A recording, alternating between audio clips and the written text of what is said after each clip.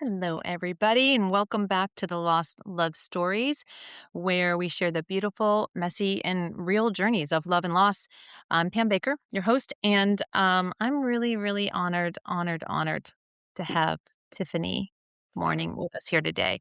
Um, Tiffany has a pretty, um, very important story that I've been really looking forward to sharing, although not looking forward to it because we just said I'm probably going to be an emotional disaster, and I usually keep my shit together so well on these, but whew, she's going to talk with us and share her love story with her husband Justin, and what you know the magic and love, and oh my god, I just love looking back at your videos on Facebook. I never got the chance to meet him because of course we met through just being widows. Just being Um, widows.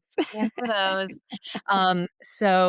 I'm really excited to get to learn more about him and definitely hear your love story and, talk about the loss, but also talk about the really, really, truly impressive, um, journey that you've been on to heal. See, I'm already gonna cry. Good God. Anyway, Uh, welcome. don't cry yet, because I don't No. want to cry yet. Oh, God. I don't even have tissue because I don't believe in them. I just use my phone. Oh. I just pulled it out when we're, like, pre-talking because 'cause I'm like, "I never use it," but here we are. Anyway, welcome, welcome, Thank Tiffany. you. Thank Oh my gosh, thank you so much for having me. I'm so honored to be able to be his voice and share a lot about him. Gosh, we were married May 12th, 2007. Mhm. And we met originally because he was taking a picture of us at a Halloween party where I looked ridiculous. I was dressed as a cheerleader with purple hair, and my friend was Slash from Guns N' Roses, and we just Oh, looked nice. Mhm. so silly. But I was like, "Who's this guy?" Mhm. Totally immediately, like, just like, "He is so fine." Yeah, Um, and I'm saying he is because he is. Yeah. oh, he is, yeah. He was a handsome man. Mhm. And we didn't really see each other again until a New Year's Eve party that same year, and, he was actually looking at 2 of us, deciding which one to go for, and Hey. I was the lucky girl that went out. Um, Awesome. but he didn't get my number, and it was, like, early 2000s, 2006, and, uh, technology is not where it was, and No. so we kind of just he was asking around and ultimately, like, found my number, and we connected again, and he asked me out on our first date. This is a wild story. Honestly, Mhm. I don't know what I was thinking. I was young and impulsive, absolutely ridiculous. Um, so we went for Valentine's Day, and, like, I had a very young son at the time, and I didn't really fully, like, want my parents to know I was, like, dating because Uh-huh. I was a young mom, so I was 19 when I had my son, so I was, like, 20 when we met. Okay. And, so I was like, "Well, we have to go after Valentine's Day because I can't." It's that obvious. So stupid. But we went to Joe Rogan, and I don't know if for those you don't know, he used to do Fear Factor, Okay. and he's a comedian and leaves no stone unturned. Like, he hits on everything, and so you're awkwardly sitting with this person who you don't know whether it's appropriate to date or not date, or laugh or not laugh at these jokes because it's just Yeah, you don't know their vibe yet. you don't know their value. Yeah. Oh my god. But it was so fun.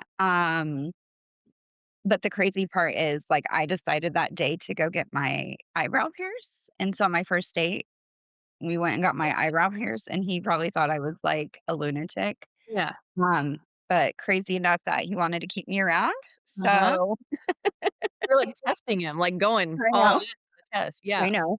I'm like, Mhm. "Here I am." And I just can't believe he asked me out again. So but I'm grateful he did, right? Yeah. Um, it was so instant, like felt a little bit like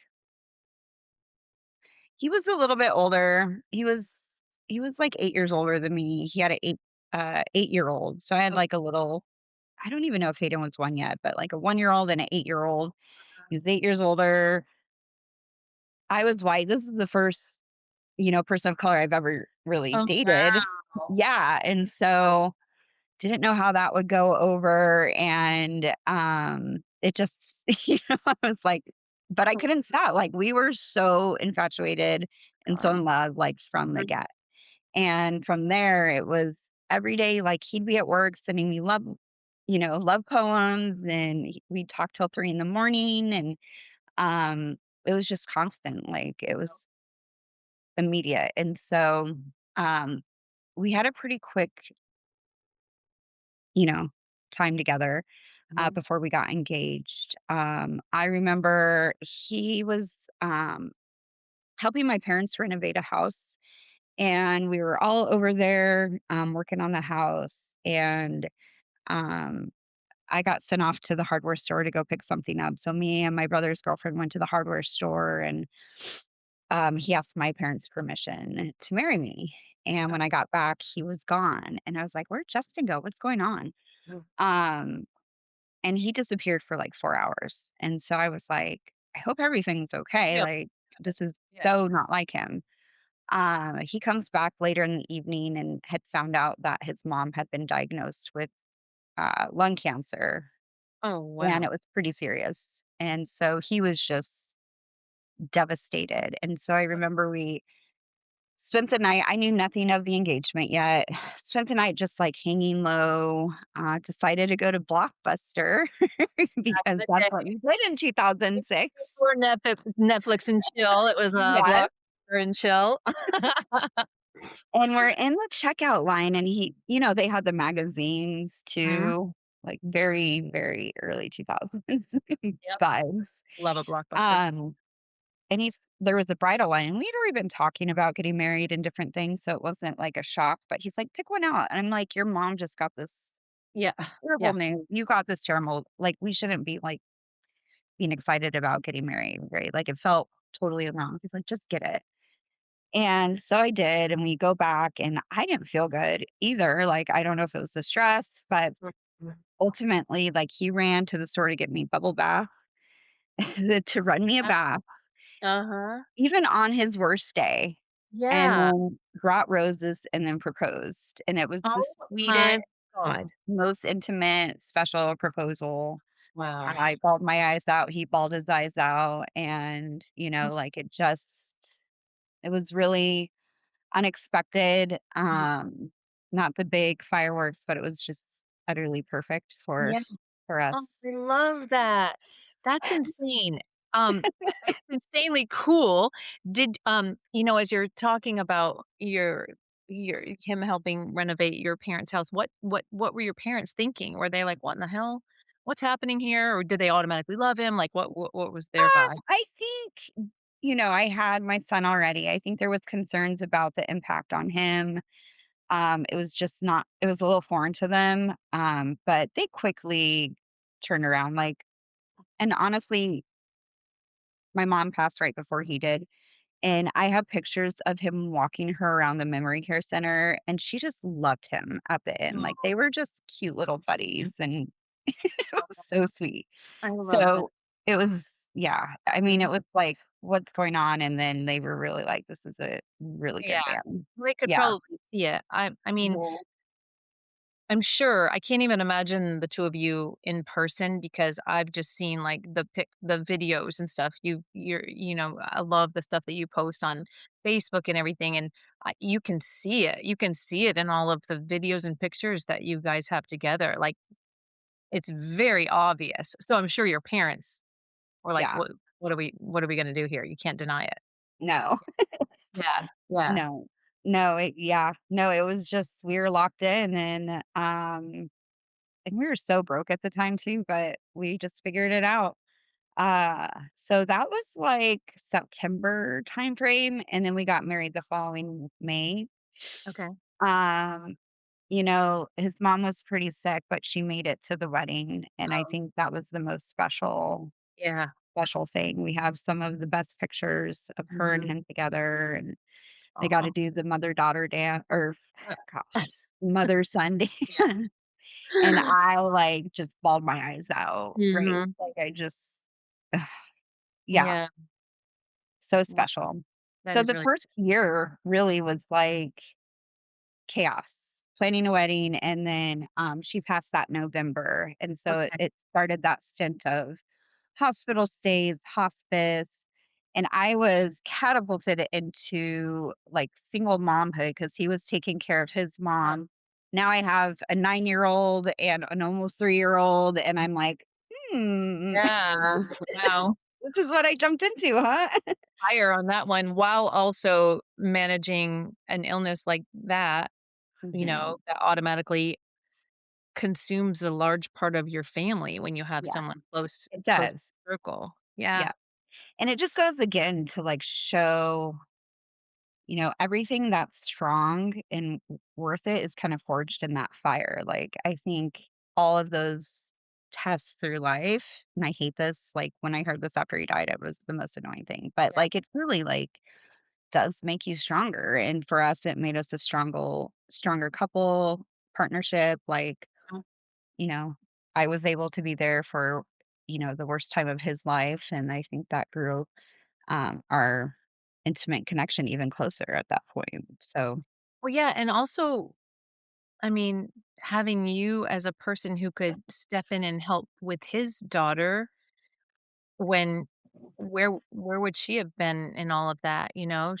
She would have been lost and confused, and that's a hard age, it's a vulnerable age because 'cause you're old enough to see what's going on and feel the emotions of it all, and then without yeah. feeling like you're left on the side, she had you to. Yeah, and her mom's incredible too, and she has a great, support system. So, but when she's over at her dad's, I think that was definitely helpful. Um, and I just love her so much. But yeah, it was a lot for everybody, I think, at the Mhm. time, and I think we all did the best we could and Yeah, supported each other through it. yeah, yeah. Wow, that's an intense start to a hard We relationship. don't do things like low key. Wow, We go all in on all of it. yeah, wow. And then you guys were you in Colorado then? Yeah. So after that, we bought our first house together and we stayed there through 2015. Mhm, Our daughter went to college and our son was in sixth grade when we finally moved to Georgia. And so, every winter we'd go snowboarding for a week and mm, had a condo up in Breckenridge. And those were like our favorite weeks. We did that usually around his birthday as kind of his birthday trip. He taught both the kids to ski and snowboard. that's And awesome. so that's always been super special to our family. Um, yeah, and Colorado was great. His family was there, my family was there. Um, we were both kind of driving up in our careers, and what kind of finally led us to move was, we wanted to be around for Tinley. And so when she moved to college, um, in New York, we had a little more wiggle room. Mhm, And he got a promotion. And so we went on one of his president's club and he got connected um, to the vice president of the East Coast, and he really wanted him over there. So okay. we did it. Like, we took the jump, and I, like, am so grateful for that. I think everyone should move out of their small town at some Yeah, point. You know what I mean? Like, yeah, just it's a experience a different way of mhm, and yeah, it's totally different from Colorado and Atlanta. I mhm, mean, night and day. It's yeah, totally different. And again, like, we moved just the 2 of us, the 3 of us, mhm, no family, no friends. yeah, I was now working remote, so I was not going into an office meeting yeah, people. I was alone trying to raise a kid, and he's trying to network, and it was hard. I cried mhm. in the mashed potatoes on the first Thanksgiving, and, you know, Like, what did all we the do? fun things that happened, Yeah, but it wow, grew us closer again. mhm, And so I think, just the hard stuff is where those yeah, relationships really build. yeah, Yeah. wow. Wow, and that was what year? Oh gosh, 2015.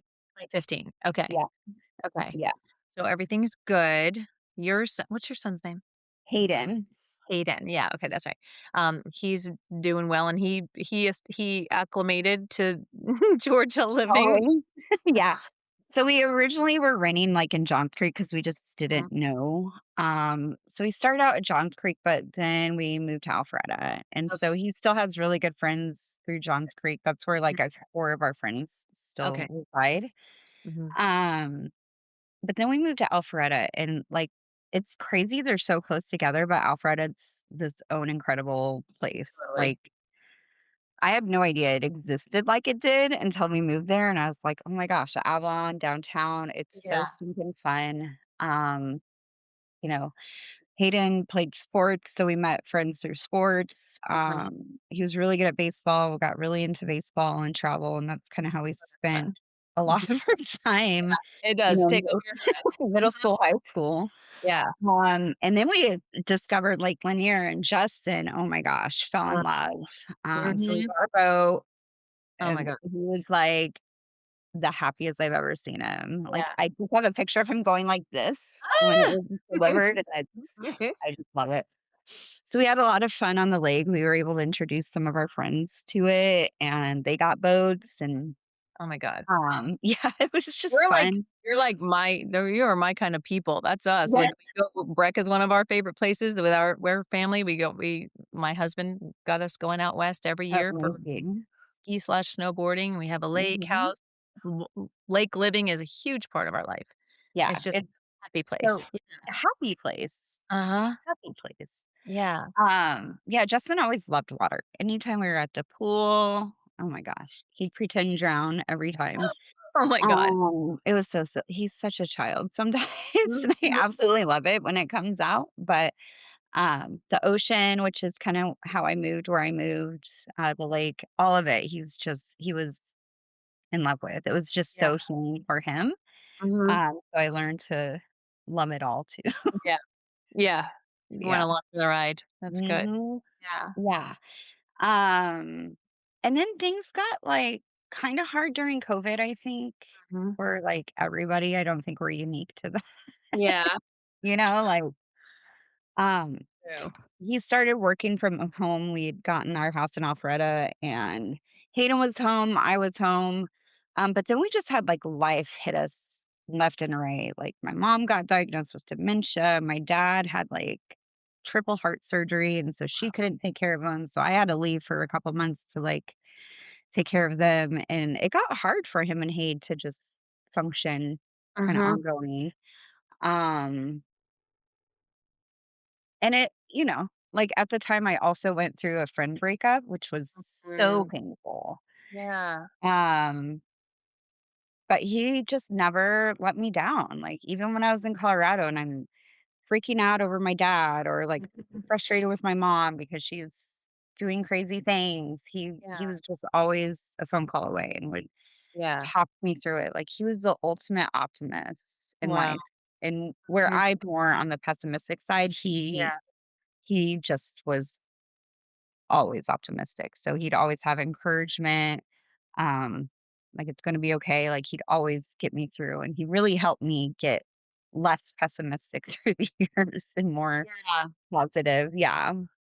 I think too that's one thing that people don't really think about too when you lose your partner like that. You think about all the ways that there's absence, the empty chair, Ugh, who does the man chores around the house and all that. But it's those moments like I've always been a more of emotional person and emotional in a hot-headed way, and so I get fired up, and John was like the voice of reason. Literally, everybody called him the voice of reason, and he could just be like, "Calm me down," and just like, "Think about this logically," and in a way that didn't totally piss me off. Like, "Don't tell me."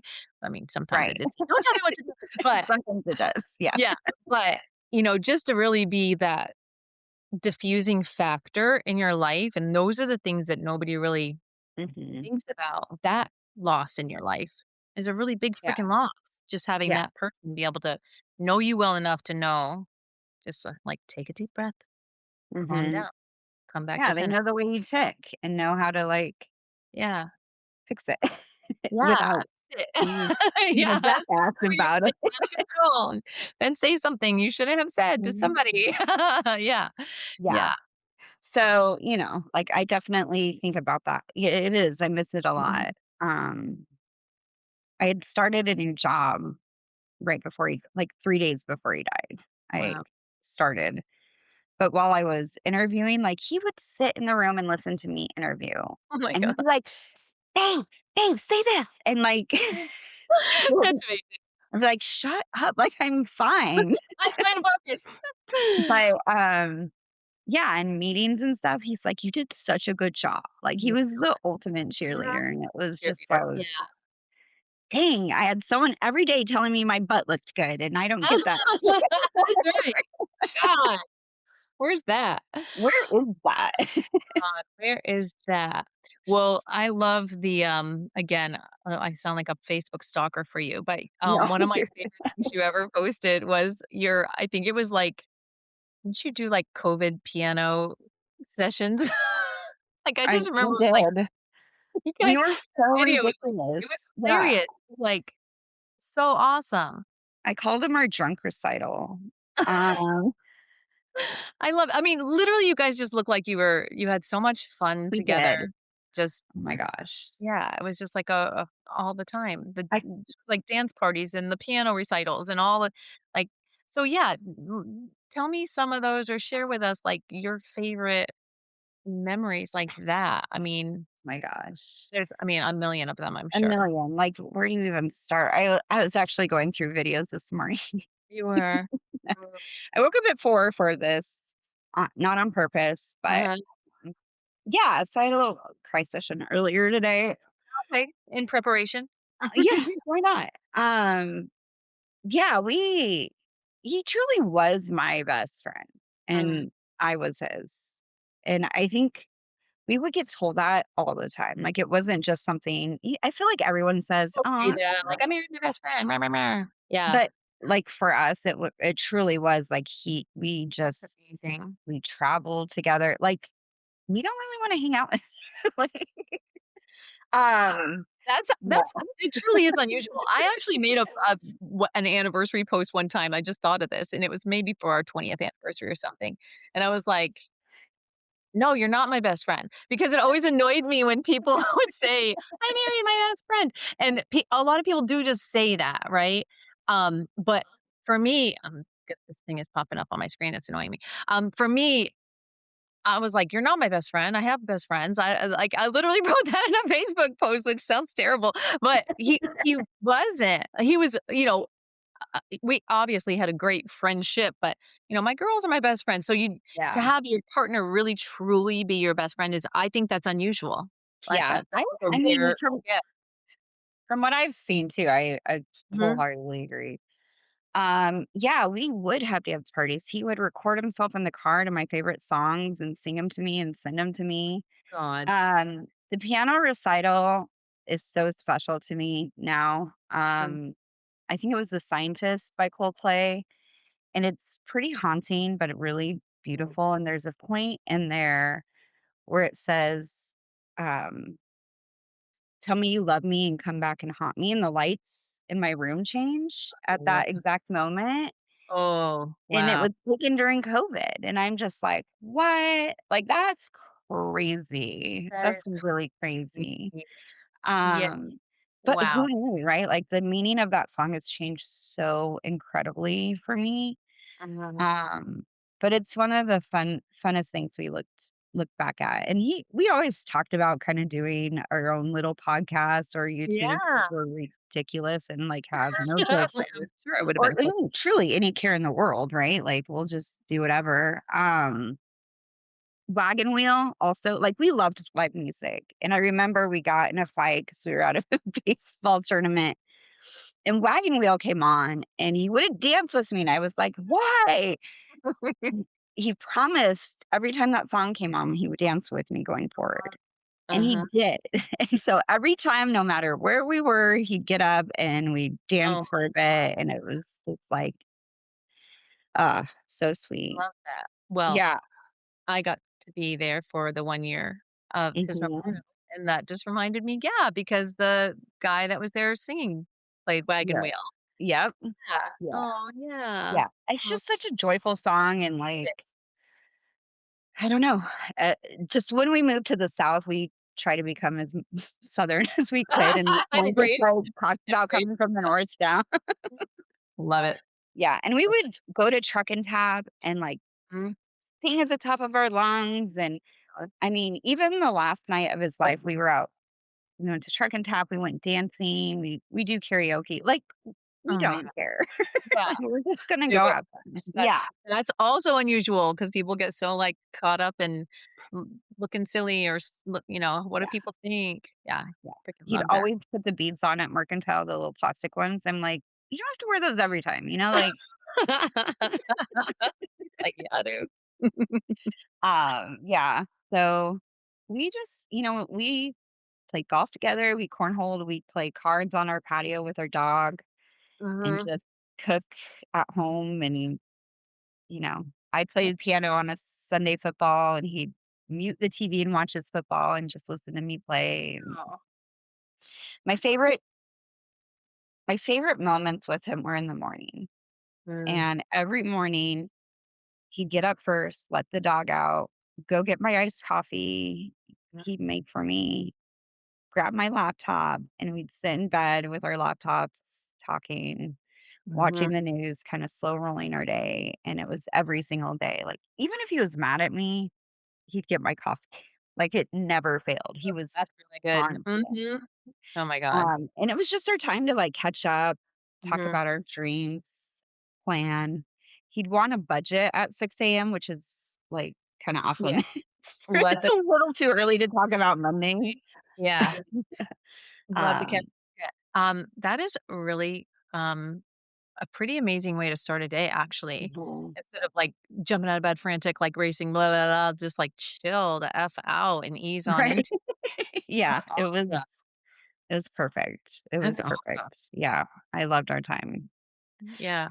It was really good. He took Wow. really good care of me. It sounds like you did. Yeah. Um, okay, before we get into the next part, which, is never easy, but, um, you said, you had somebody to tell you, you had a good butt every day. What are some other I mean, you've given me already some examples, but I feel like I wanna hear more. Ways that he, like, just really made you feel so special and so loved.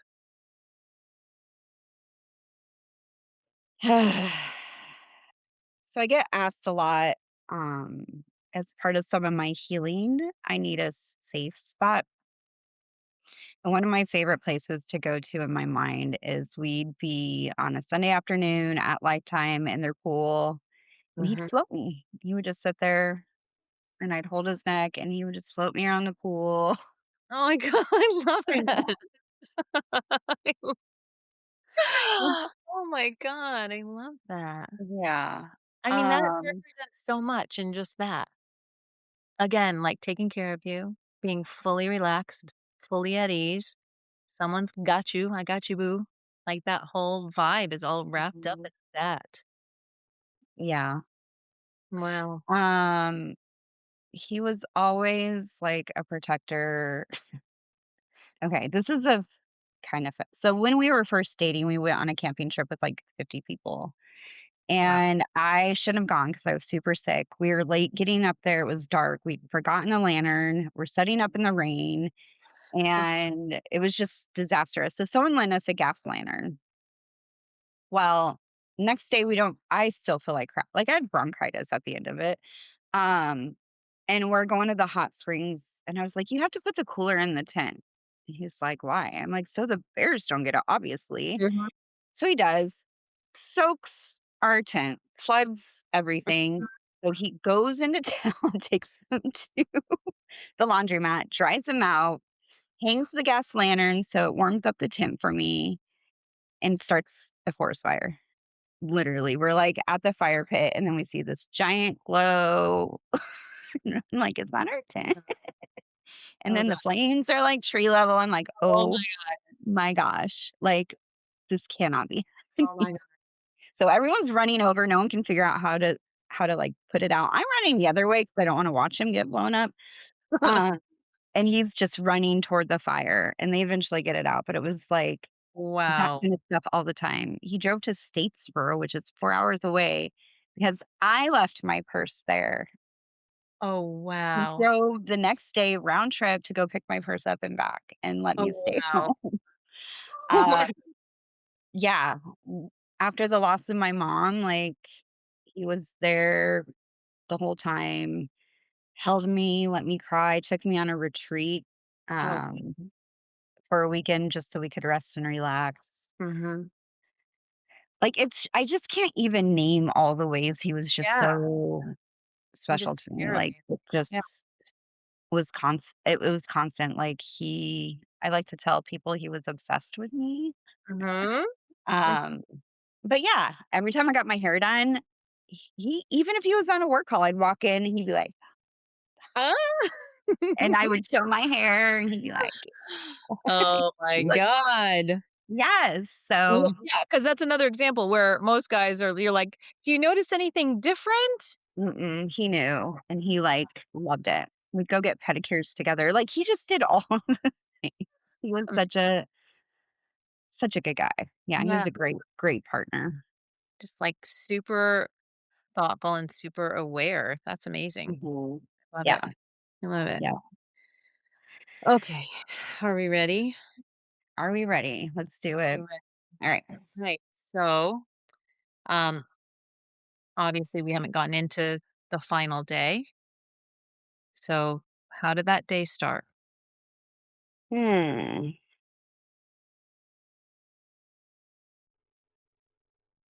Yeah. I'm gonna I'm gonna start a week before Okay. because, um, he had taken me to Italy for my birthday, and 1 week prior, it was a Wednesday night,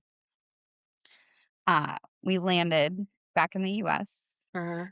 and the first news story I saw was the Appalachia school shooting Oh, yeah. near Windsor.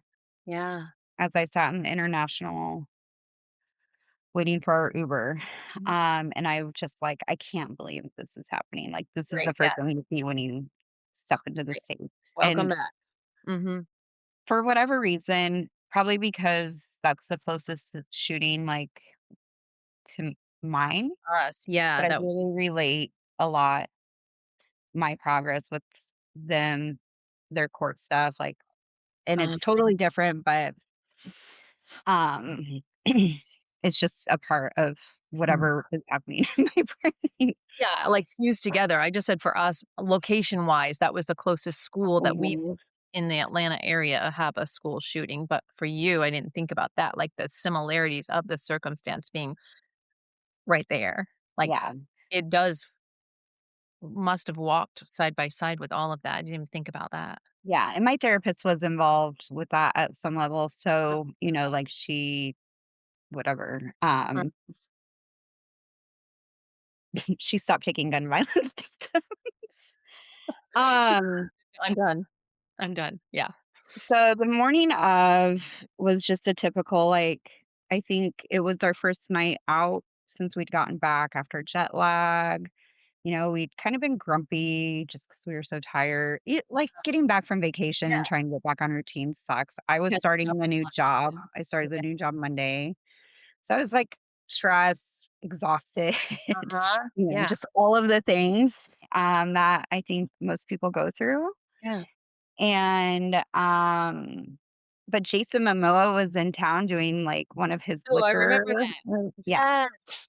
I remember that. I was gonna go there, but then, 'cause, it's Jason Momoa.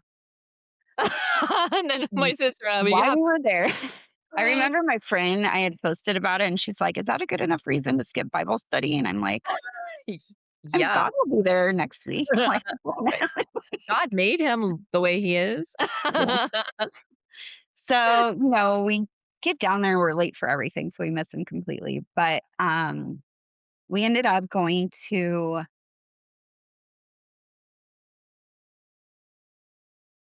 the Mexican restaurant or the tapas place. Why can't I think of it? Downtown, and we get our normal things. He gets the salmon, I get the Mexican Caesar. We split a bottle of wine, and we had a wedding Friday that we needed fancy dresses for. Mhm. So we were gonna go shopping, but I was like, "Ugh, it's late, like, we're Yeah. out, let's just enjoy the night," and so we did. So we, like, went to Truck and Tap, and then, um, the speakeasy was having live band karaoke. I'm forgetting all of these I places. know. Mercantile? No. No. No, it's not Um, Mercantile. no, I'm think the speakeasy that's next to the hotel. Oh my god, I can't think of the name either, but yes, I know where you mean. On that Widow Brain. I I feel like know. I know these places. I know all of these I, places like, say very the well. yeah, I know You what you know, mean. and, like, we've probably been downtown Alpharetta hundreds of times. Mhm, Hundreds. mhm. I probably walked that crosswalk hundreds, if not more Yeah, times yeah. in 10 years, right? It was our thing to do. We were empty nesters. We loved going out. And Mhm. so we did live band karaoke, and I signed up because who cares, right? Right. Mhm. Amazing. And we're dancing the night away, and we're like ready to go. It's starting to get like towards the end of the night, and my song comes. I'm like, all right, I'm up next, and then we'll go. Yeah. So I go, and I sing "Say It Ain't So" by Weezer. And Mhm. I can't sing, you guys. Like, I just can't. I like to pretend I do. Uh-huh, I'm jealous of people who can do it. uh-huh. And I get off and was like, "You're so amazing. I just love you so much." My And was god. just like obsessed Again, again. with the cheerleader. Mhm. You're Um, awesome. yeah. Ugh. So, yeah, we were headed home, and you have to cross Main Street to get to where our car was. Um, and a motorcyclist had like run through the intersection while we were in the crosswalk, Mhm. split us, kind of running us down. We had the right of way. And then I think Justin thought he had hit me. Mhm. I don't know. He's dead. I can't ask. Can I know. ask him. Yeah. Terrible. Yeah. Um, and then the guy turned around and had a firearm, and Justin ultimately was shot 6 times. Um, I remember like running over there and um looking him in the face, like, "You're gonna be fine." Like, to me, I was in such shock Yeah. that it was never he wasn't gonna make it. Like, Yeah. truly in my mind, I was like, "He's got a liver lack. Like, he'll need surgery, he'll be fine. Like, Mhm. we'll figure it out." 'Cause we had to work for a few weeks.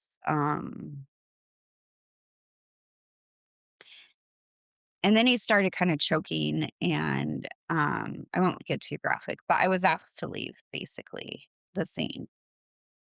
And, I just remember telling him, "I love you. Stay with me. You're gonna be okay. You're okay." And him looking me in the eyes, and then trying to keep him awake, and then people started coming in to Mm. administer first aid. Um, at that point, I left the scene. I had to call someone to come pick me up, which was Mhm. crazy, I think, Yeah. that I didn't get a ride from somebody. Yeah. But, my neighbors came, like, they were in disbelief, and it felt like hours to me that we were in that little room in the ER, that Mhm. consultation room that they put families in, and I was making calls, um, trying to call my best friends, my dad, like, I had them pick me up cigarettes, like, I was like, Yeah. I was just, Yeah. um I remember I walked back to in, and my friend, she was in her bathrobe, she had a bonnet on, and she was on the ground, on the floor, just weeping, Mm. and I was like, "He's dead." And that's the moment I knew, the doctors had mistaken her for me as the wife, Oh my god. so they told them, and Oh my so as the doctors were coming out, I saw her on the ground, and then I was like, "What?" Oh my And they, god. like, they go through this feel of, "We did everything in our powers, but the injuries," and I was like, "Is he dead?" I was just so. Yeah. And the doctor said yes. And I don't know if he had veneers, but he had, like, a smile on his face. I can still remember when he was telling me this, and it Mhm. enraged me. Mhm. And then I just sat there, and I was like, I don't even know if I could process the information at that point. I No. told my dad to get on a flight, told him, like, "Don't tell people what's going on." Like, I don't I still don't talk details on it because, there's still stuff going on. But, um, yeah, I asked for, a chaplain to come pray. I couldn't see his body because it was evidence, Oh my god. and, um, we thought the detectives were coming back. None of that happened, and so by, like, 2:30, we finally left. He was pronounced dead at 11:41, so we sat there for, like, 2 hours unnecessarily. Wow. Um, they bring me home, we have a drink. Mhm. And I was like, "They have kids." I'm like, "Go take care of kids." Like, they have to get up for school. Like, I'm fine. I have my dog. And I just sat on my porch in the dark, and then my kids. I have one in New York. I have Mhm. one 4 hours away in Statesboro. This shit's gonna hit the news, Yeah. and I have to tell my kids. I think that was probably the last sensical thing I did Mhm. for probably a year. I refused to tell my kids in the middle of the night when they had no resources available to them, and I think if that's one lesson, I had people tell me I should have called them. No.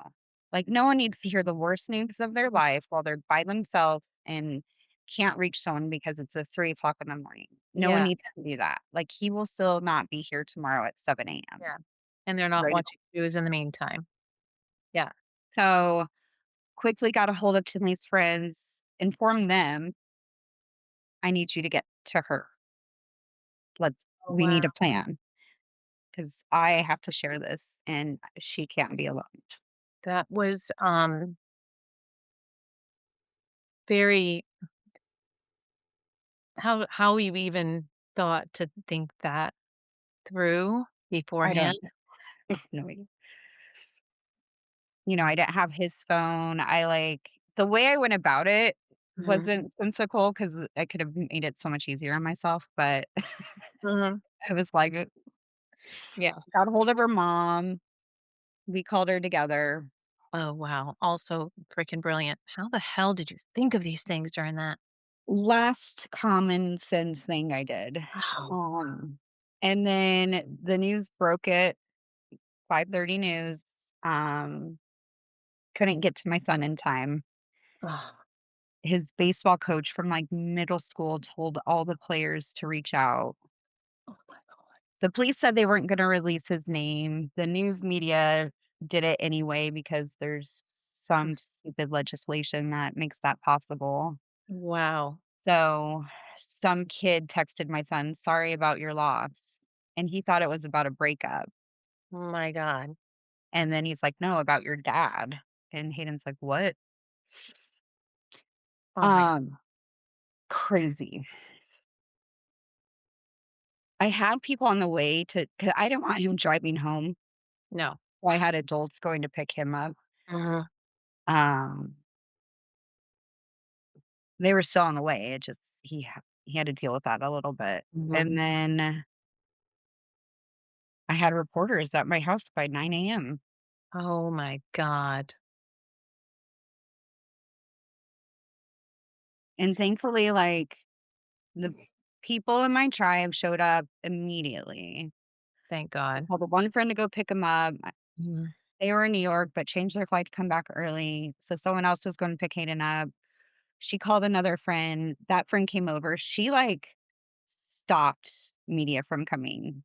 Like, Mhm. "What are you doing?" Right? "Stop coming here."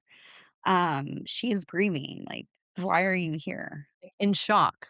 And Yeah. sh yeah, I was trash. At that point, I hadn't slept. Yeah.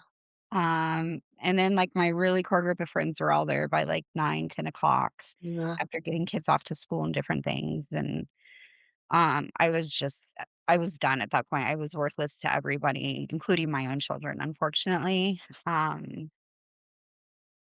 I think that last act of service to get them set up to where they didn't have to be alone, Yeah. and then my brain, my body, my heart just completely shattered, and I was Mhm. useless. And I always say if I write a book about this, it's gonna be like How to Survive Homicide because you can't do it alone. No, Um, I can't you imagine. know, I don't think you can grieve a loss of a spouse alone. I just don't think it's possible. And so the days when I had a group, Mhm. you know, I guess I go back to that first night because this also, like, I think people do this, and it's so overwhelming where they just bum rush a house, right? Mhm. I had already probably 15 people in my house, my son home, um, and then, like, my small group came, and I thought one person was bringing lasagna, but the whole group came, Yeah. like Oh. 16 people additionally. So I like, at some point sorry, it's my dog. At one point, I had, like, 40, 50 people in my house Oh the my god. next day.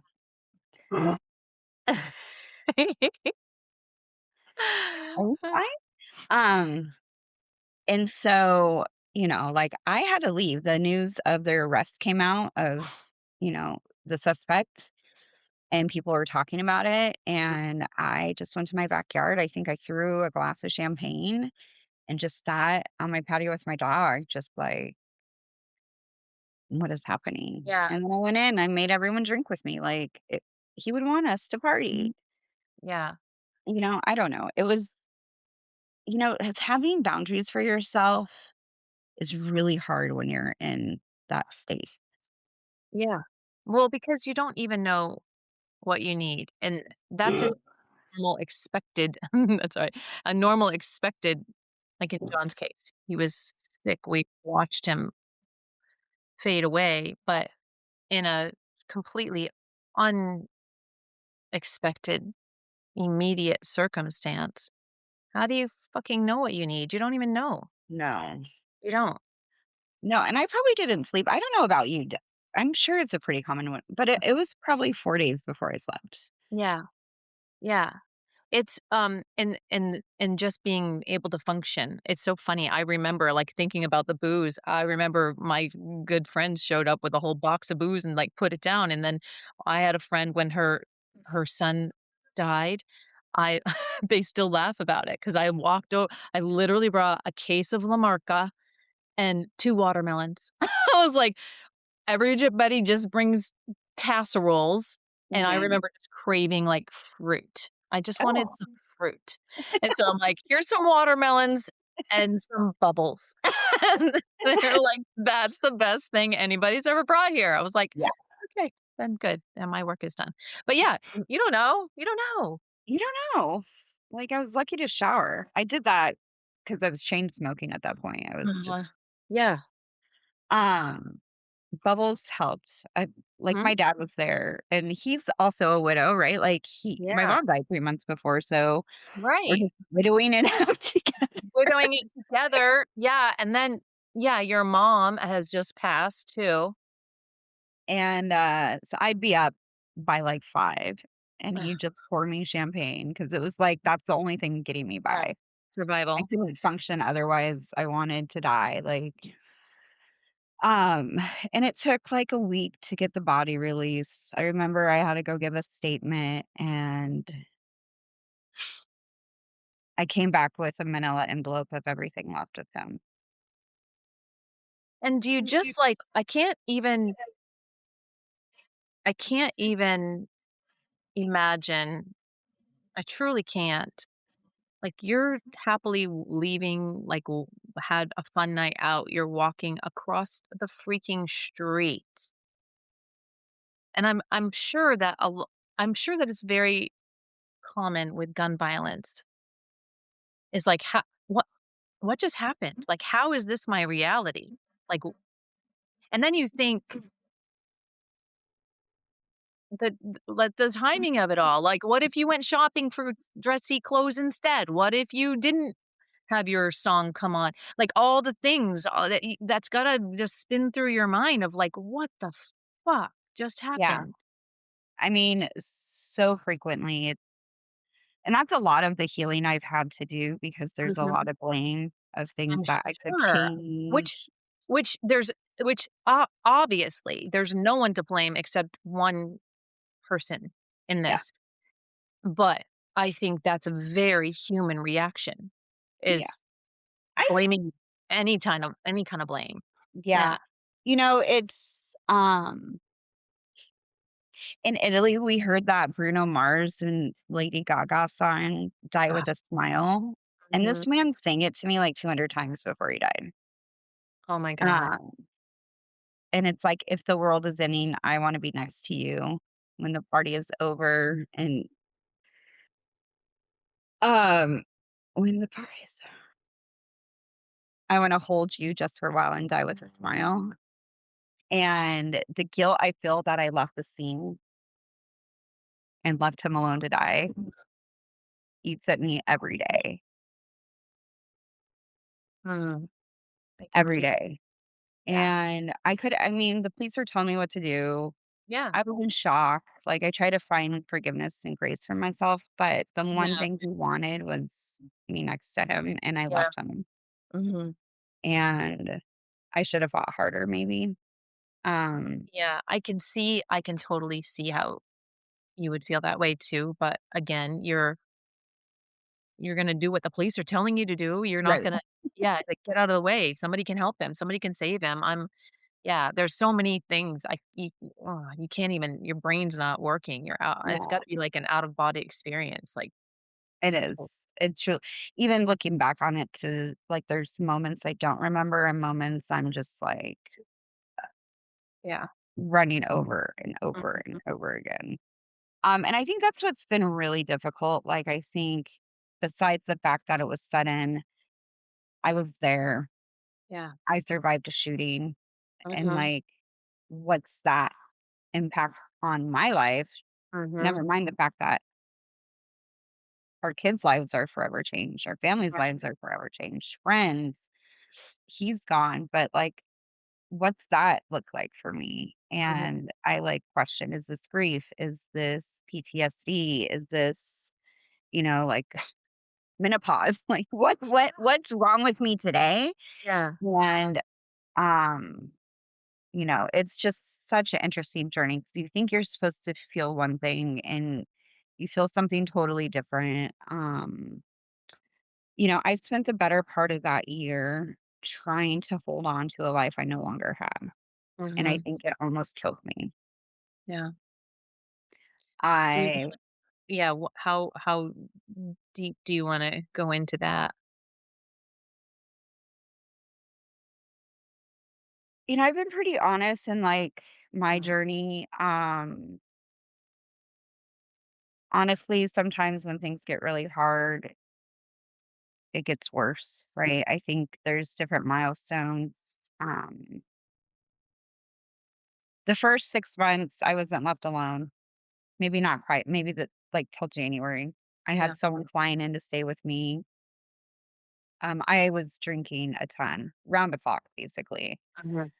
We had court dates and, different things happening. And so it was always just like the state of like Yeah. what's happening next. And Yeah, I'm sorry to interrupt you, but I didn't even think about that either because it's not like, okay, like a normal situation where it's horrible, you have this situation, you have the funeral, and then, like, that's the closure, and then you work toward moving on. You're still not at a closure, and it's no, yeah.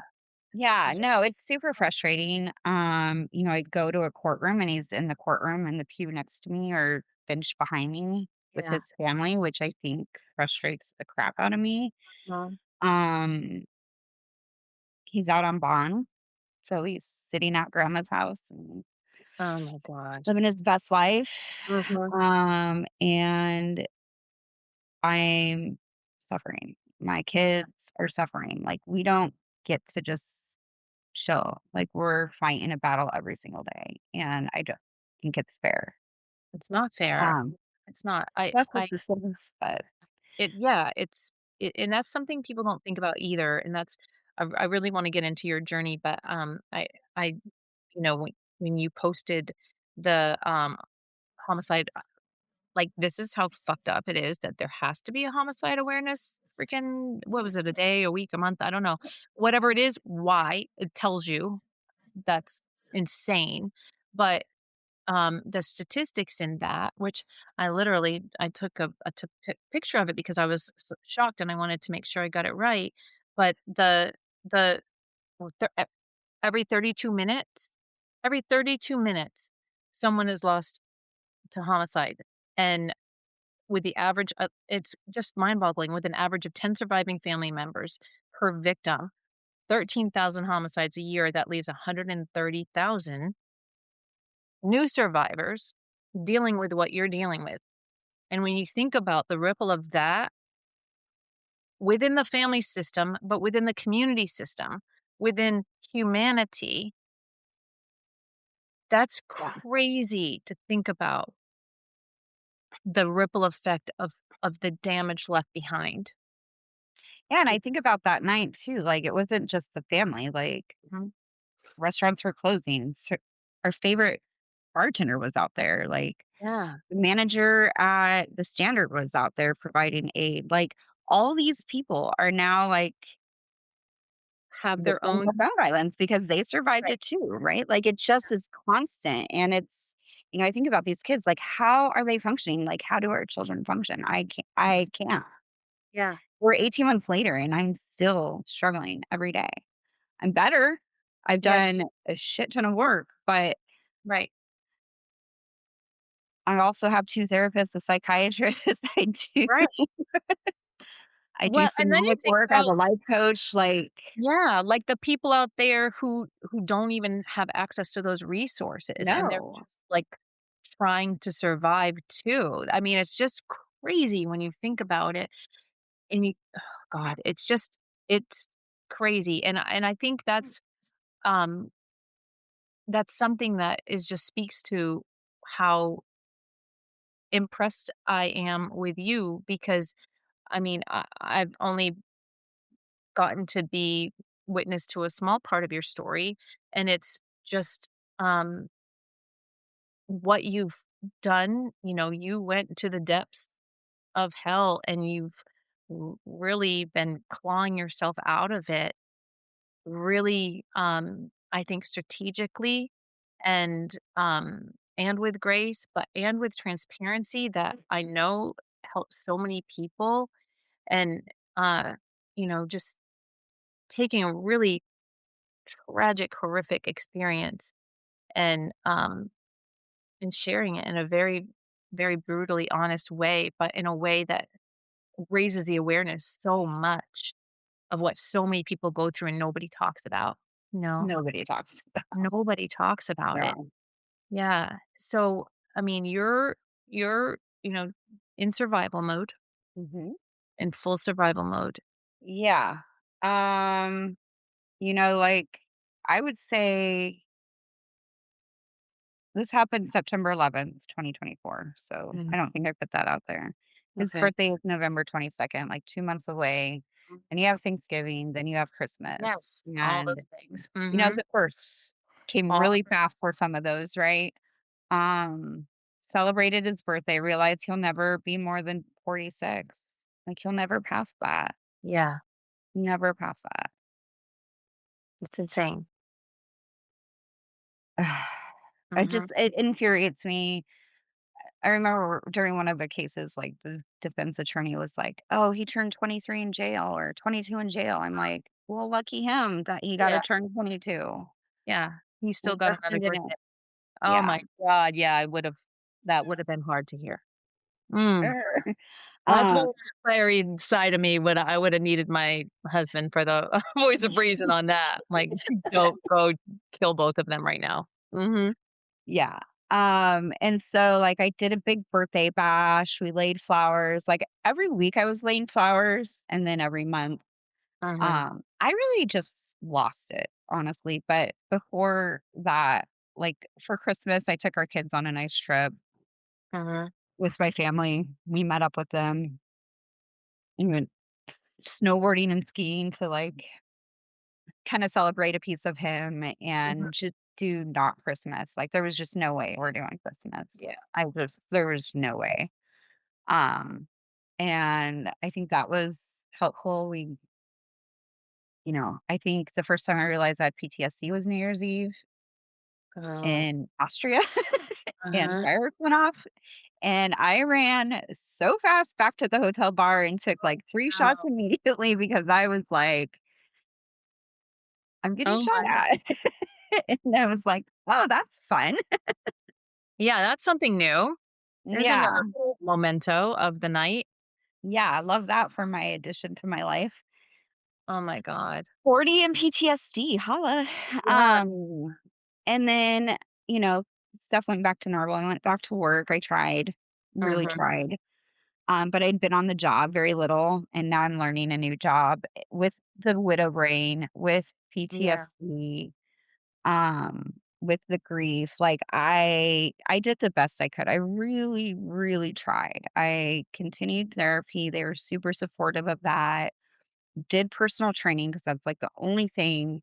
Like, move your body. If I can say anything, move your fucking body. Like, Yeah. that is the best thing for my brain.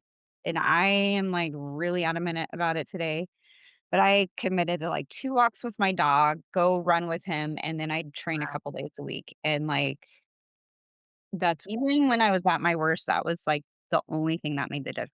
I'd go yeah. to Lifetime and sit in the hot tub with giant glasses on and cry my eyes out, Mhm. and they all knew because Alfred is small, and Yeah. so it's like, "Whatever, like, this is Yeah. what I'm doing to, like, get by today, okay? Like, I can't today."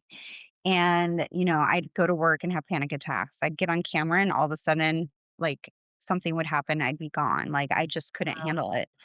Um, I did unfortunately, there was some self-harm Mhm. that occurred, I think, only a couple times, but, like, Valentine's Day was really hard. My dad, sweetest man ever, came out, gave me my normal Valentine's. Like, he'd always get me a giant cookie cake, and, like, Mm. there's history behind that. But so my dad made me a cookie cake, and, like, we laid flowers, and he also moved Justin's clothes out of my closet that day. So it was like, oof, like, Yeah. "Maybe Yeah. already." Um, and then, you know, I felt better for a minute, Mhm. went to therapy, and then I had the embarrassment of, like, the scars, right, that I had to kinda deal with. And then, I tried, but I was drinking a lot too because I Mhm. couldn't sleep. Like, Yeah. sleep was not happening for me. I'd have nightmares, I would ruminate, I'm Yeah. playing the tapes over and over and over and over and over again, and it was the only thing that could help me sleep. Mhm.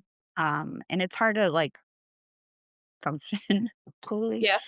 Um, and then it got too bad. My symptoms of PTSD got too severe. Like, I was constantly sick, Oh, wow. um, not sleeping. I was having panic attacks on the regular, Mm. um, nightmares, rumination, self-harm ideation. Like, it was Yeah. bad, and I had to stop working.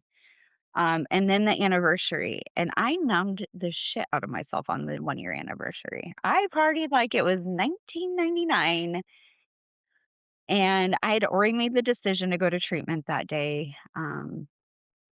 because I knew, like, I was going out to bars till 3. I spent months buying shots for the bar.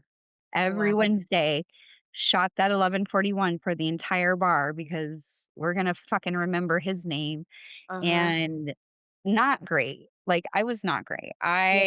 I was very much survival mode. Yeah. Um, and my therapist worked really closely. We added in the psychiatrist, like, we were Mhm. trying, but it came Yeah. to a point, like, that night of the anniversary, I self-harmed pretty significantly too. And it was time. Like, I needed help. Mhm. And, that's kind of another big thing for me is, like, nobody can do this alone. Yeah. And I think really me trying to hold on to the life that I had was killing me. Mhm. And I couldn't accept the fact that he was gone. I couldn't accept the fact that he was murdered. I couldn't accept that we are victims of gun violence. I couldn't accept that I'm a widow. I'm alone. I don't get to grow old with him. He doesn't get to be a granddad. Like, what the fuck? Yeah. You know? We were just empty nesters. We were supposed to do Yeah. all the travel. Like, we'd just gotten back from Italy. We were so excited to, like, keep doing it. It was just fucking stolen All from me. yeah, all And, the plans. Yeah. That's best so much to decision. wrap your brain around too, all those different layers of all of it. Like, it's so much. And that speaks volumes to the fact that all those systems that you had in place, you were really, really, really trying, and it still wasn't enough. Like, you really like, all of those things just shows how very damaging it is. This level of grief and loss is just so, like, it's almost like it's like every ounce of you, all of your pores, all of your cells, like, on the Yeah. cellular level. Yeah, and you can't compare losses. We talked a little bit about that before, like, how different widows lose. Like, it sucks, Mhm. period. Yeah. And even I go back to, like, losing my mom. Like, I watched her take her final breaths too, Mhm. and it was awful, but there was a piece of me that was grateful that she was out of suffering, right? Right. I'm not grateful. No. Still There's not not there grateful, you can't find a positive in that. You can't. and it's just not okay. Yeah. And, like, the way the kids lost it, like, I can't relate to how they feel, and I wish I could have done better to support them through that loss, but I couldn't. Like, I did everything I could Yeah. to the best of my ability until I got the support I needed to, like, actually get through this loss. And, Yeah. like, I didn't spend a year processing it. I spent a year, like, surviving. Like, it was Survive. everything. Like, my therapist was texting me every night, every morning. Like, it was rough. Mhm. And I tried, but I, like, wasn't giving up. Like, I was fighting and Yeah. fighting and fighting. It was just like, is this forever? Um, and so when I went to a treatment center in Florida, and Mhm. they specialize in trauma. And so they really were equipped for that aspect. Like, I really had to deal with that before I could even grieve, Yeah. if that makes sense. Like, um, it lives in your body, like, Yeah. in your shoulders. And I think probably even just your normal widow, like, Mhm. that grief lives in your body and you have to release it. Otherwise, it just stores in there. And so they did things like breath work and yoga and personal training and um, yoga nidra to try to, like, regulate your nervous system. Wow. And Mhm. I tell you what, I'll do breath work and it looks like I'm having a seizure because my body has so much in there that it will just shake. Wow. And I just jump and jump and jump and jump and jump until it all releases. Sound baths. And Mhm. I never believed in that stuff. I think you should try it. It's incredible. Like, it truly I is, like, totally believe in life all that changing. stuff, so yeah, I love it. Truly Yeah. changing. Mhm. Um, and then a lot of therapy. Like, I wrote Justin a letter, Mhm. and I wrote one from him of what I think he'd say to me today Oh, after I lost him. yeah. And it's really like the keep going. Like, I know it hurts, but the kids need you. You have the strength, like, all of the things he loved about me, like, what would he tell me? And I get to hold that in my heart and know. And just hearing his voice in that letter, like, I still have it, just brings me so much comfort, because it's what I needed to hear, and I think sometimes we know what we need to hear. Like, I think other people try, Yeah, but, like, no one gets it like your partner gets it or gets you, and so hearing his voice through that letter I love brought that. so much comfort. Mhm. Wrote one to my kids about how I felt like a failure for them. Like, I'm so grateful they had other support because I couldn't, but Mhm. man, I wish I could have been better. Yeah. And, I stayed a long time. I stayed 4 months.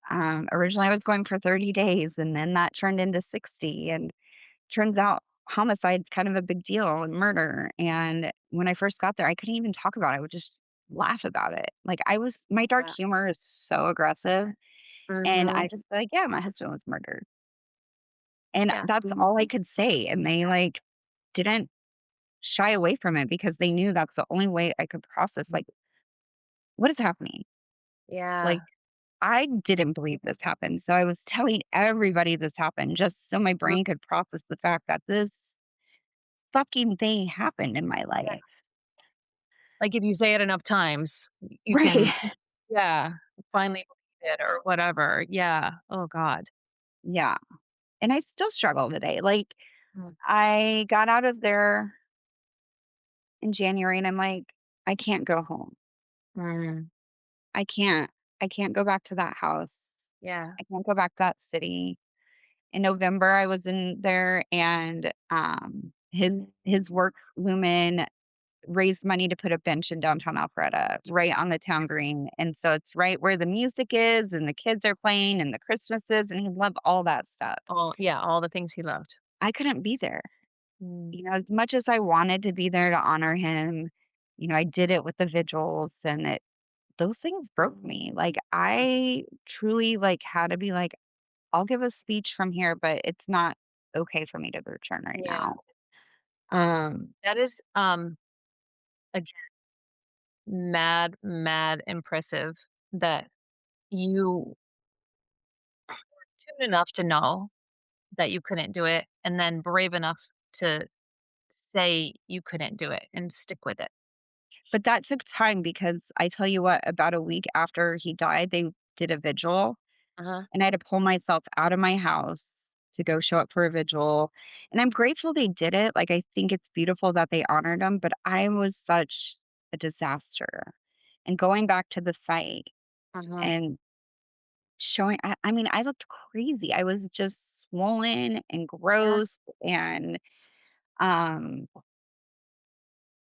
but I think at that time, I wasn't strong enough to say what I wanted. Like, there was so much that happened that I was like, "Okay," but it's all I could do. Like, I couldn't do it, so I needed my people to do it, and they Mhm. did, and I'm Mm. grateful for it. Yeah. Um, but now, like, I have enough strength to be like, "I can't do that," and I have a team, like, let's be real, like, I am not doing this alone still. Yeah. Yeah. I am so far from being alone, Uh-huh. uh, Yeah. but Well, I good. I use my team to, like, see where I'm at, what's gonna work, if this is a Mhm. good decision, am I ready for this, and I trust my team to, like, Mhm. know because they've been with me. I mean, my therapist's been with since day 4. Like, Wow. we've been in the trenches together, Yeah. and, you know, and she's guided every therapist I've had at the residential, my new therapist here in Florida. It's like your um point person. yeah. So I when I love moved it. down here, I wanted 3 things. I wanted the beach, the sun, and my dog because I couldn't Mhm. have my dog in treatment, and he was boarded up for 4 months, which was Oh, wow. awful. Yeah. And I got them all, and so, like, I got down here. I don't know very many people. I've stayed sober because I think with the symptoms that I was experiencing and what's happening in my mind, I did so much work on trying to rewire my mind, and Uh-huh. I still do. I do EMDR. That's been life changing. I recommend it, Yeah. too if you have I the was talking resources. to you earlier about, my cousin Leah, who was on a previous episode. She is a huge proponent of that, EMDR. Huge Yeah, proponent. it's Yeah. huge. It really. um, really helps, like, make Mhm. it so it's not a level 10 all the time, Yeah, you know? Because yeah, I was in a state of level 10 all of the time. yeah. That makes sense, and it makes sense, like, what you said too, like, if you have a it is, all loss is hard, and the comparisons of which is worse, who knows, but I think one important thing that you pointed out is when you have a traumatic loss, those are 2 different things that you're trying to heal from, Yeah, the trauma and the grief. They're 2 different items, 2 different experiences.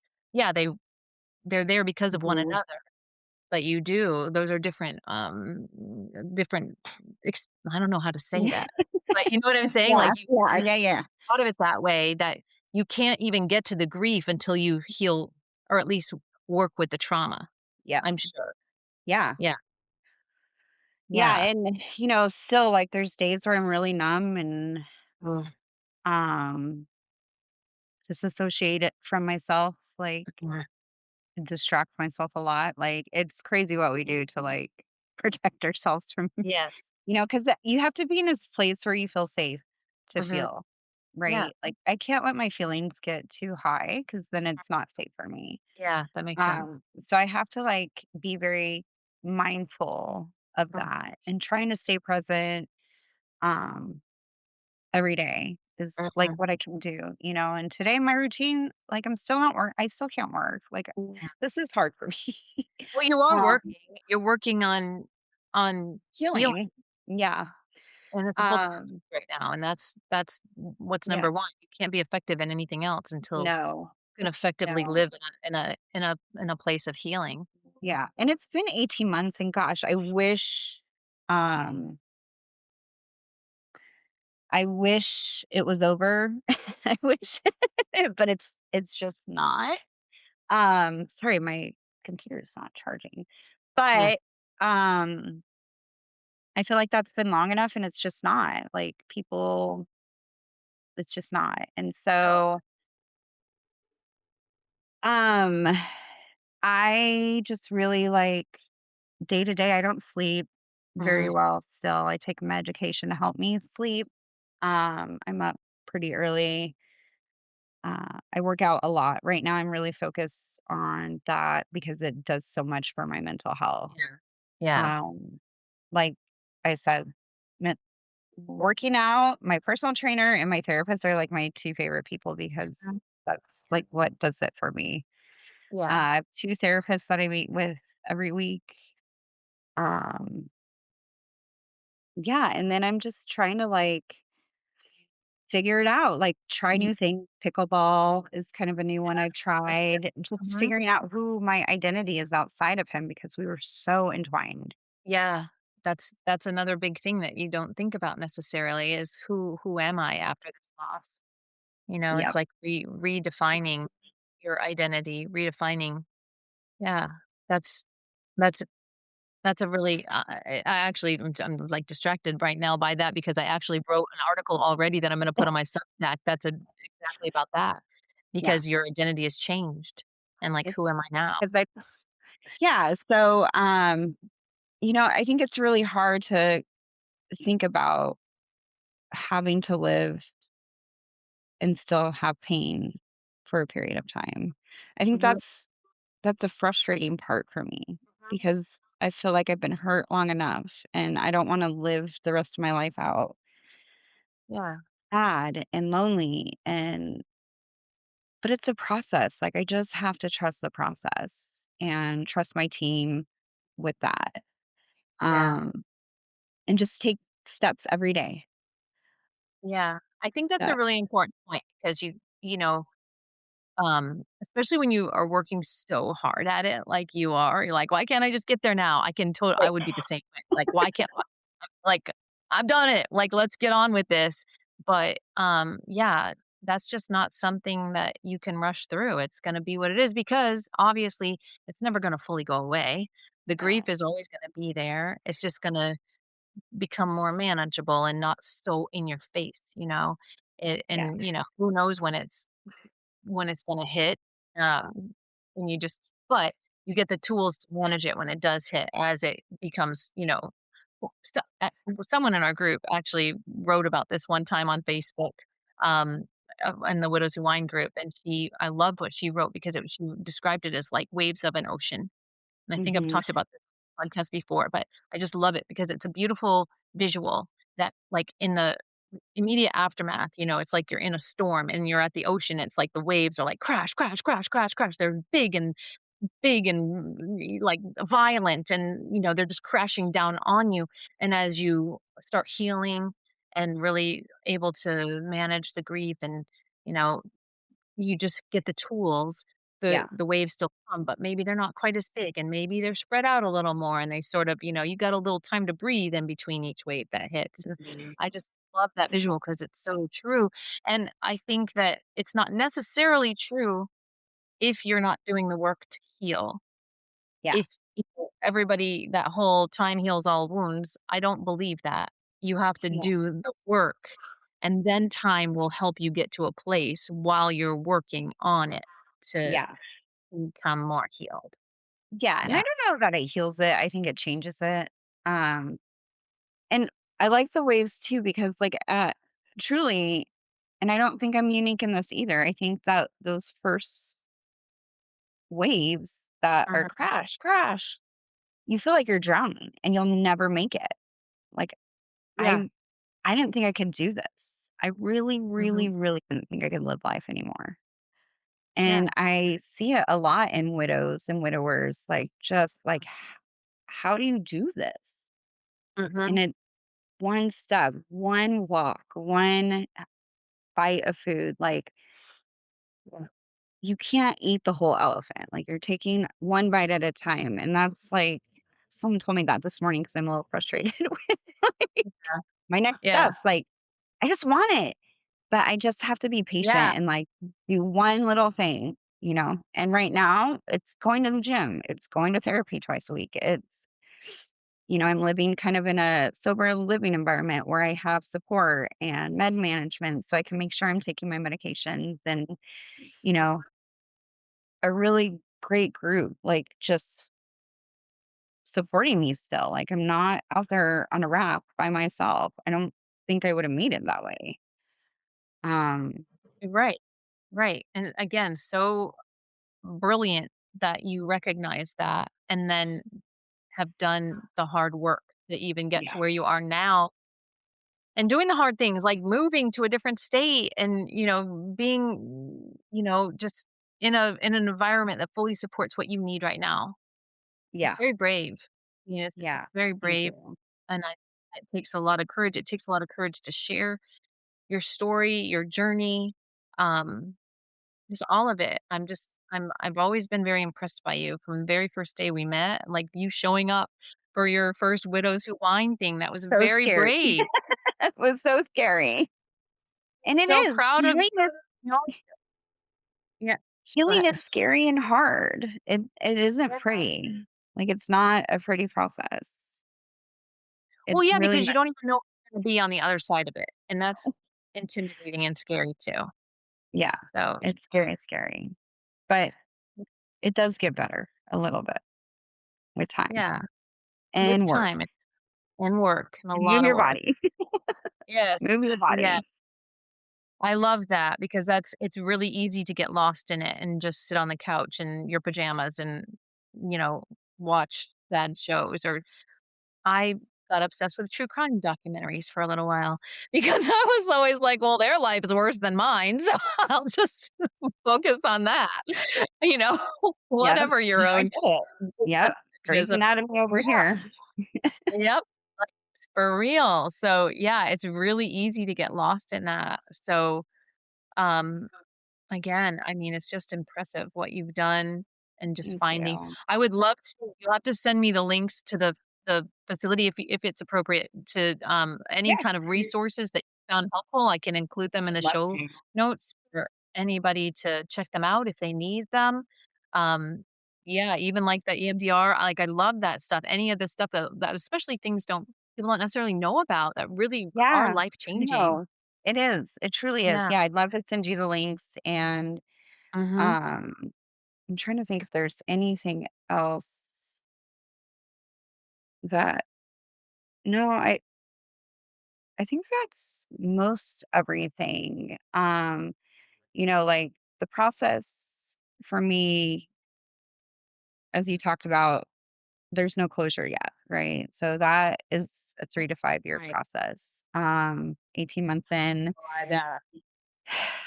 yeah, Wha it's a doozy. So, Yeah. I get frustrated, but then I think maybe it's not time yet because I'm not strong enough yet. Like Mhm. maybe I need to be stronger to be able to handle that, right? Deal with whatever comes of it. Yeah. And I don't believe everything happens for a reason, but I just try to not focus on the future too far, the past Mhm. too much. I still have a hard time recollecting memories. Like it's painful to Yeah. pull those, and it takes time to like go back to the happy times and not break.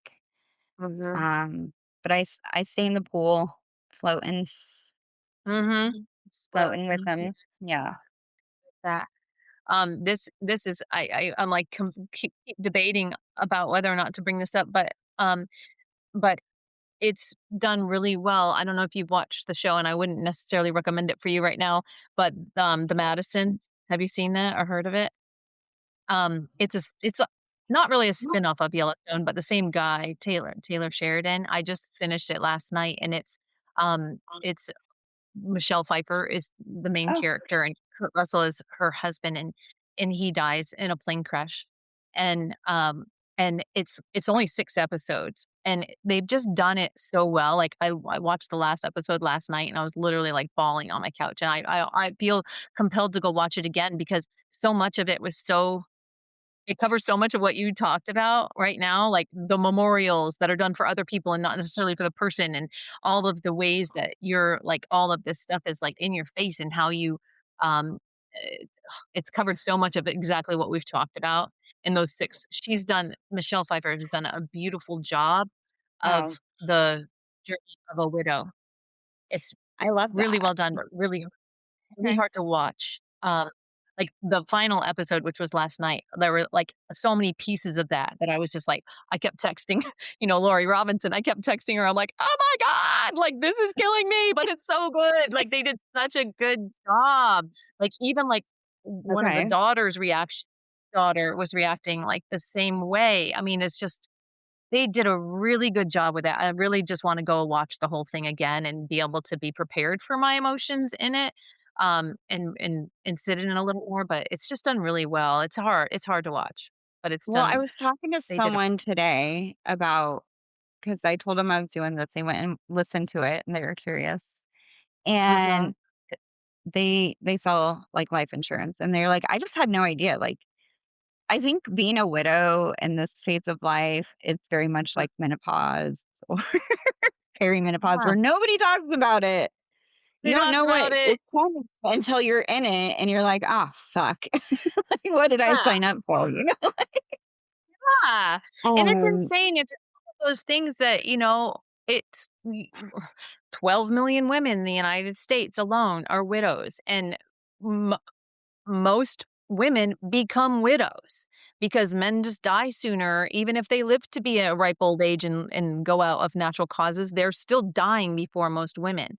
And yeah. it's again one of those things that we never talk about. There's not a lot of resources for us aside from grief groups.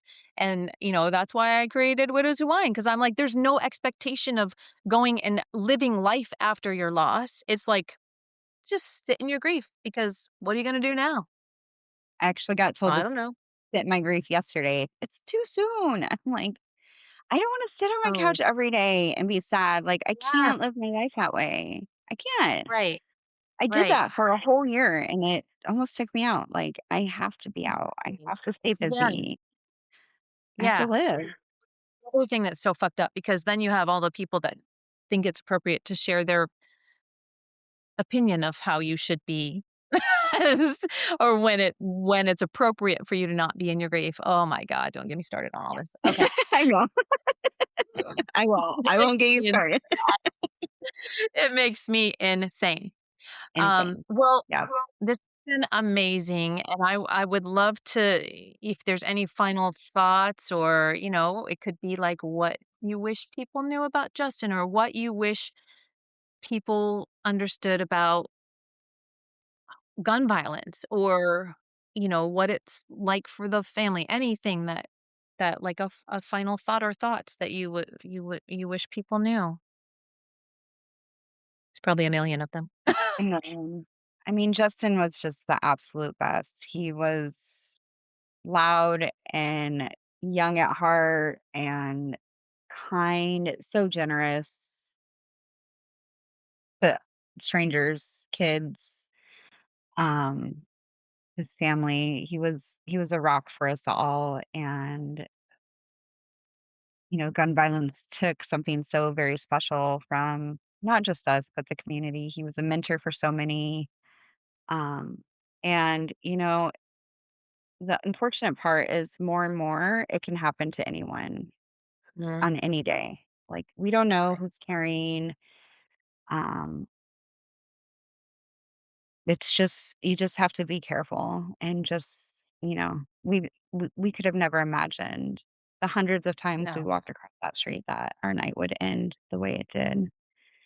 Um, but he always would say make good choices. So our family motto was MGC.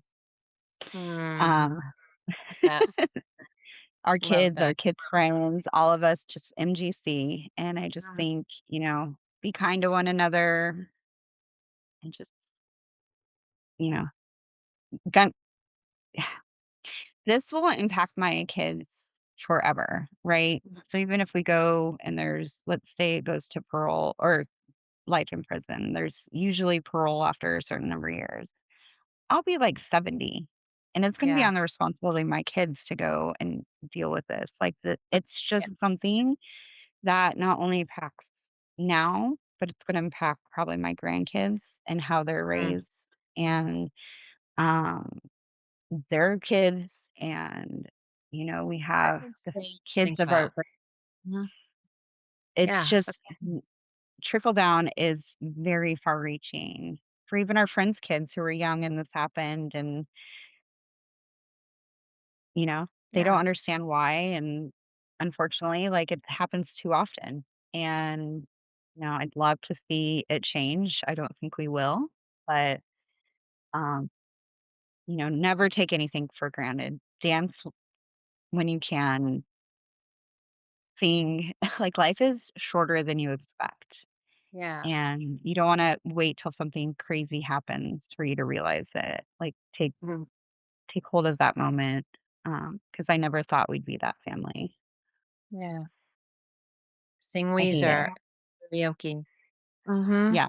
Sing Weezer at karaoke, Mm. bad me, take the trip, take the day off. Like, going back to work was hard because I realized how much little things matter anymore. Like, I don't know if Yeah, you have that experience, but it's like, who fucking cares? Who yeah, really, like, who fucking cares? yeah. I I literally don't. this is kind of dumb, but I literally kind of got into a Facebook argument the other day, and I never do this, but it was one of those where I was like, "You're so ridiculous that this person came back in my DMs and was like, "Really? You're gonna laugh like blah blah blah blah blah." And I was like, "Yes, because what you're saying is so irrelevant to life in general. And I've had enough trauma and just shit in my life to realize how ridiculous you're being that yes, it's laughable that your life has so little going on that you find this to be a big deal. Yeah. I and then it was a block situation. I was like, "I'm done with you. Like, I'm done." And I never get triggered. I never go in, like, at all because it's not worth my time, but I was like, "This is so outrageous. This is so outrageous that this has you so worked up, and it's so irrelevant in life." So I couldn't help myself. Coulda used my voice of reason for that, Right. probably. Just I fucking couldn't move stop. on. I couldn't Yeah, stop. it is. I mean, truly, like, I'm like, "Fuck it." whatever. Like, life is short. I'm just not willing to worry about those things Mhm. anymore, Right, right, because you have perspective, real perspective, unfortunately. Right. Yeah. definitely. Yeah. Well, Well, you're thank you amazing. so Doing much. amazing things, and, I'm so grateful to, have you on to share your story and just get to know Justin more, and, just from your posts, I've had such a good sense of who he is because 'cause you've done such a good job of sharing him with all of us and really keeping who he is alive, and Thank that's amazing. And even in your darkest days, I think you've done such a good job with that, and you should be really proud of yourself, and I know that he's really proud of you. And, I love that I love that he wrote you a letter through your hand and that you have that, and I don't know. I know this is gonna help a lot of people because, as you said, there's so many people who suffer from a lot of different traumatic endings, but especially this particular kind is tough. yeah, really un unbelievable and so unfreaking necessary. So it's Yeah. gotta make it that much more unbelievable. So, To be honest, I'm still processing it today. yeah. I still have days where I'm like, how the fuck am I in Delray, Florida? Yeah. Well, how did I get here? What is What going on? happened? Yeah. Yeah. Yeah. Well, thank you so much for letting me share a story. It's been an Yeah. honor to be on here. I've been looking forward to it. I have too, and, I just adore you, and, yeah, I love you, All right. and I love what you're Love doing. you. I'm so proud of you, and Yeah, I I'll know keep that you guys that sounds updated. condescending, but, it's Oh, just you're you're impressive, thank and you. you're doing the hard work, and you're making a difference for I yourself really and appreciate. yeah. Thank you. All Thank you for right. having me. All right. Bye, Yeah. guys. Thank you everybody for tuning in, and I'll post all of the show notes and all of the links that you give me, and we will, yeah, help people however we can. All right. However we can. All right. That's right. Bye.